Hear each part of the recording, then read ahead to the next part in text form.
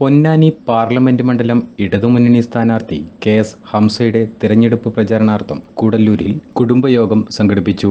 മേഴിക്കുന്നിൽ നടന്ന കുടുംബയോഗം തദ്ദേശ സ്വയംഭരണ എക്സൈസ് വകുപ്പ് മന്ത്രി എം.ബി. രാജേഷ് ഉദ്ഘാടനം ചെയ്തു.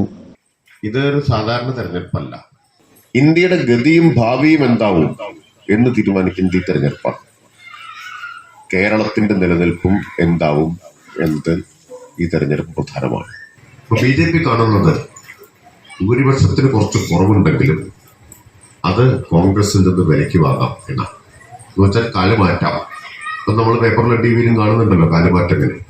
CPIM ലോക്കൽ കമ്മിറ്റി അംഗം ടി നിഖിൽ അധ്യക്ഷനായി. CPM ഏരിയ സെന്റർ അംഗം TP കുഞ്ഞുണ്ണി, ഏരിയ കമ്മിറ്റി അംഗം PK Balachandran, local committee secretary PP Abdul Hameed എന്നിവർ പങ്കെടുത്തു. Sport news, Koodallur.